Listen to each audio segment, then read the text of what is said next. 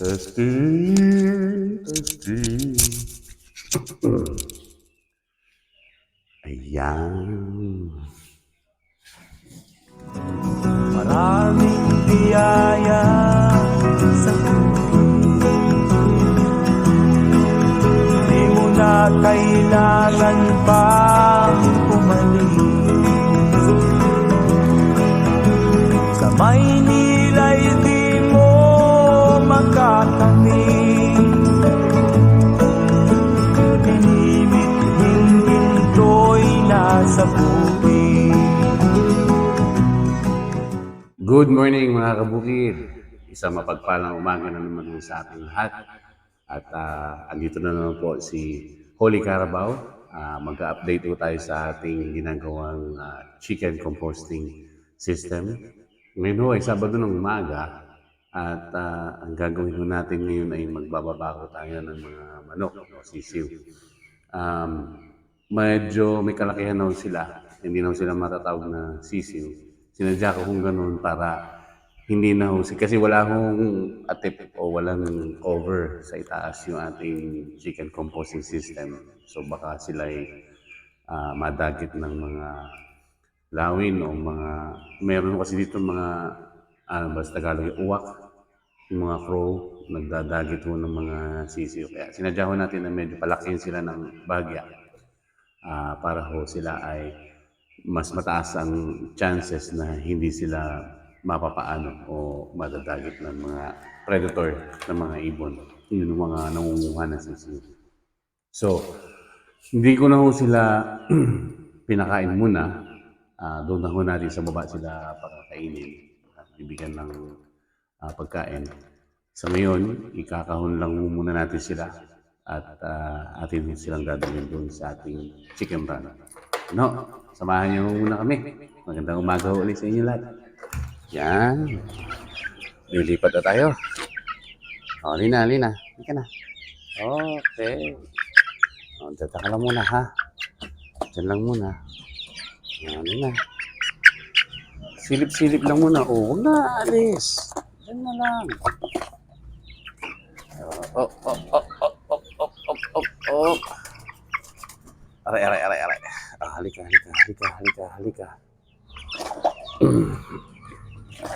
Halika na po. Okay.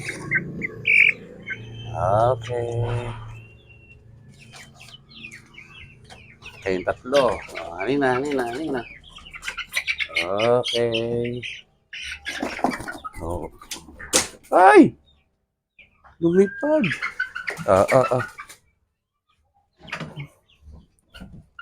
Mamaya ka na. Ayaw niya sumama. May iwan kayo dito mag-isa. Ay.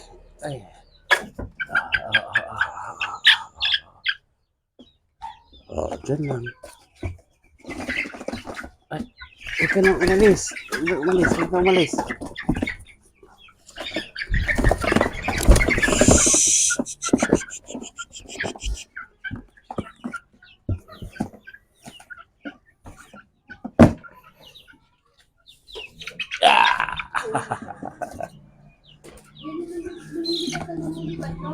Oo. Siya'y mahilig lumipad. Up.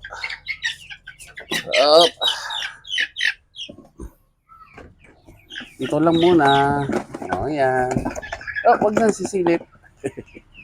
Iipit yung ulo eh. Wala na. Meron pa, dito. May 4 pa dito.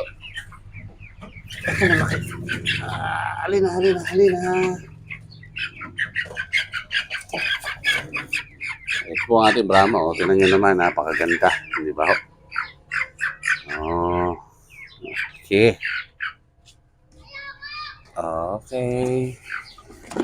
Dito muna. Yan. Halina. Ito. Okay. Sabay. Mamaya na.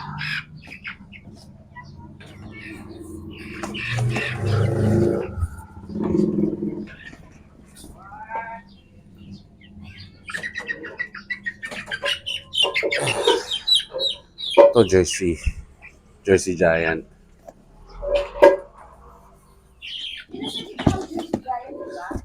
Oh, pero siya yung inaaway. Yung nilipat ko dito. Oo.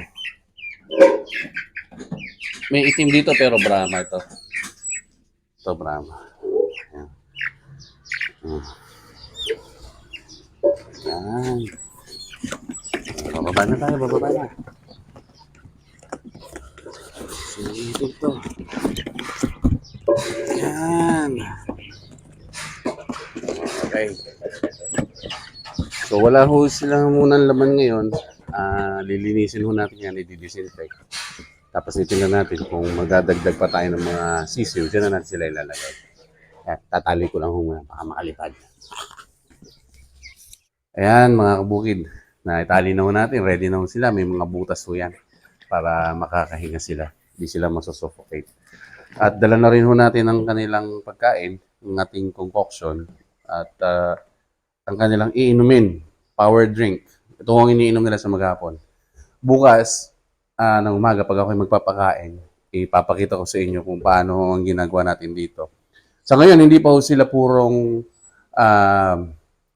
organic na feed. So, parang 50-50 sila na organic feed. Pero, unti-unti natin silang aalisin. Sa ngayon ho kasi, binibigyan pa natin sila ng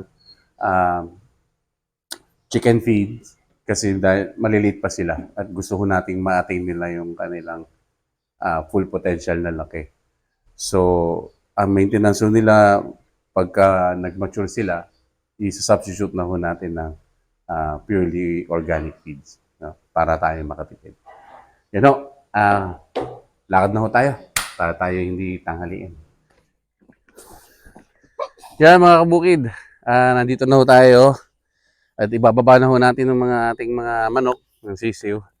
Na-ready na rin ho natin ang kanilang inuman at ang kanilang mga pagkain.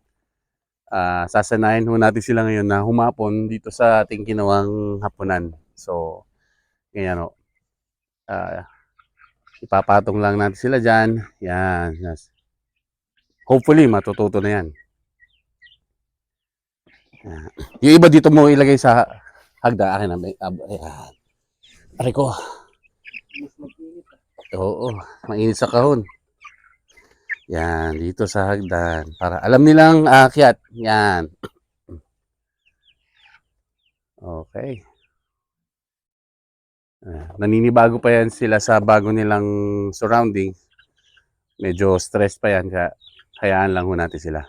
Pero mamaya ho, maglilikot-likot na yung mga yan. Maganda nito. Ito maganda oh. Jersey Giant. Ang laki.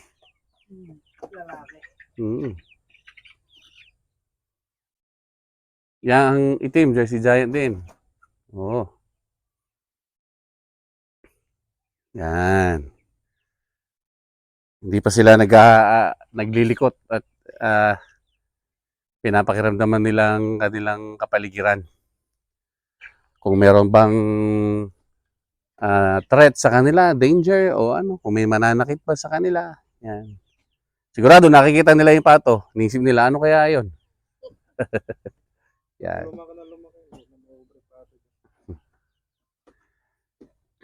Mainit doon sa loob ng kahon kaya naghahabol yung iba ng hininga.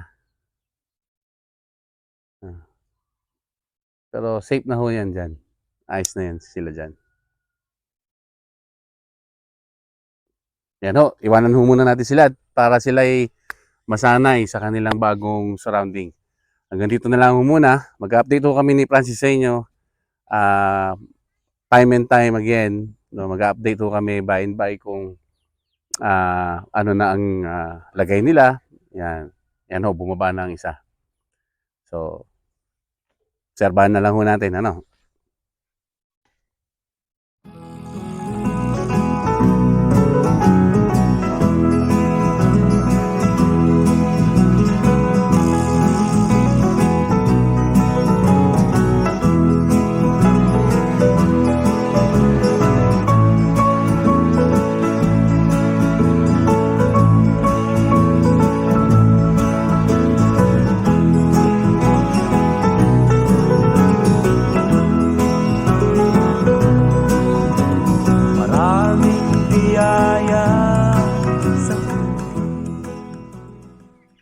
Ayan o mga kabukid, at home na sila oh.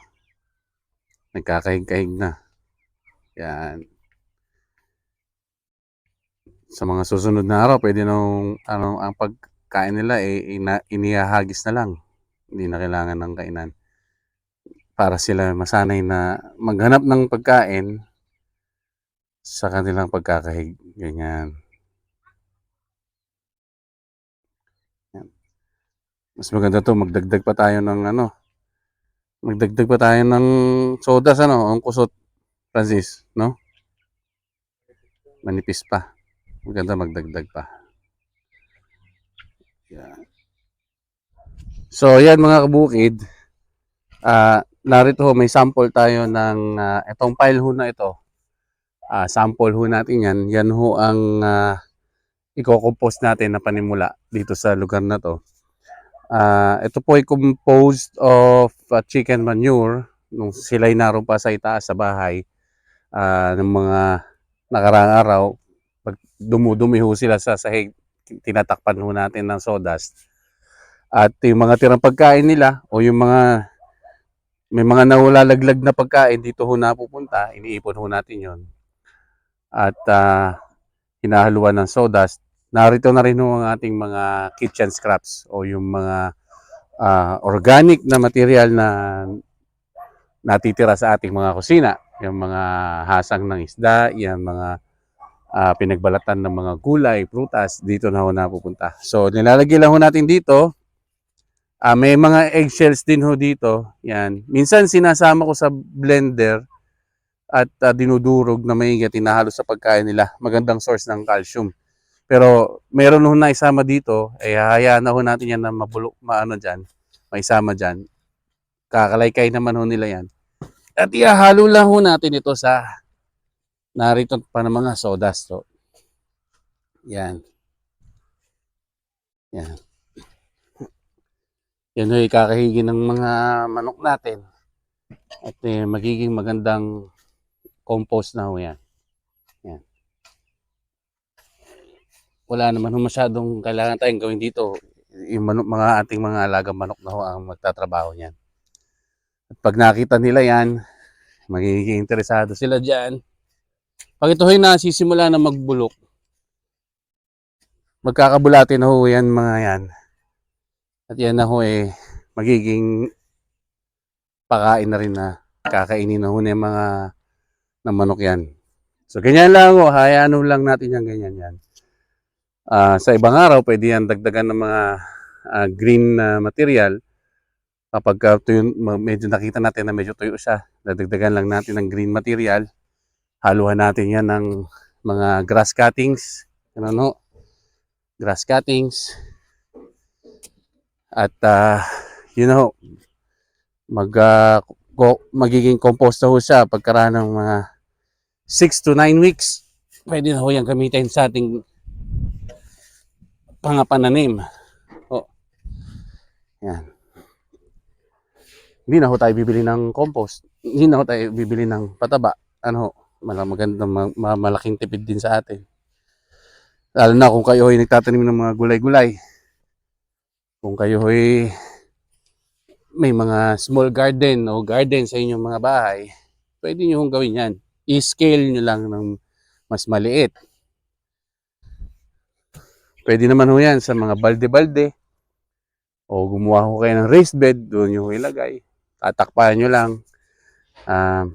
Dahil ho sa dry matter natin, dahil ho sa sawdust o sa kusot, wala ho siyang amoy. Hindi ho siya nangangamoy. So, hindi ho magre-reklamo ang inyong mga kapitbahay kung kayo man ay nasa isang subdivision o ano. Yan, siguraduhin nyo lang ho na mayroon siyang dry matter, mga dry carbon, yan, para ma-absorb niya yung amoy. Yan. Kung wala man ho kayong mga manok, pwede nyo rin gawin ito. Mga kitchen scraps, lagyan nyo lang ng mga dry matter, ng mga lumang karton, dyaryo, pwede. Pero ito ho, magandang patabaho yan sa ating lupa pag natapos. So hanggang dito na lang po muna tayo, no? Hanggang sa susunod ho natin na pagkikita. Masaganang umaga ho, mga kabukid.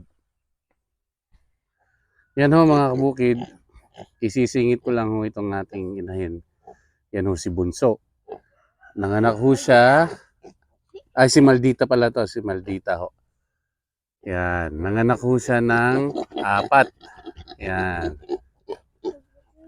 Ang nakabulog ho sa kanya ay yung ating bulog na Berkshire. Kaya makikita nyo ho, maiksi ang kanilang nguso. Pero magagandang mga biko. Yan. Mahusay ho mag-alaga yan si Maldita. Hindi ho yan namamatayan ng anak. Yan, nagpapadede ho, na-istorbo natin. Ha? Pabayaan lang muna natin siya. Yan, ito naman ho, si Gretchen. Yan. Si Gretchen ho, may lahing native ho yan na nalahian din ng hypor. Nanganak ho yan. Ito hong mga anak niya. Ayan, masilip natin Gretchen. Yan, 3 hong anak niya. Magaganda rin ho, may siyang uso. Yan, although mas maraming dugo sa kanila yung nakuha sa native. Pero maganda rin ho yan. Eh, ang nakabulog naman ho kasi sa kanya, native din. Hindi nga lang ho sa Berkshire natin. Ito si Gretchen, mabait ho ito. Yan, Gretchen, alagaan mo mga anak mo ha. Yun lang ho, isiningit ko lang nang makita ninyo. Meron pa ho tayong mga ibang alagang baboy dito pero sa ibang araw na lang ho natin ipapakita. No? Salamat ho mga kabukid. Masaganang araw. Maraming biyaya sa bukid. Di mo na kailangan pang umalis. Sa Maynila'y di mo makakamit. Inibit-hing ginto'y nasa bukid.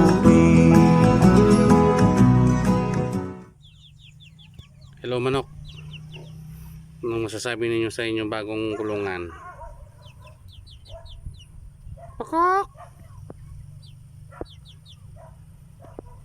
Hello. Mrs. Jersey. Kamusta naman ang inyong bagong kulungan?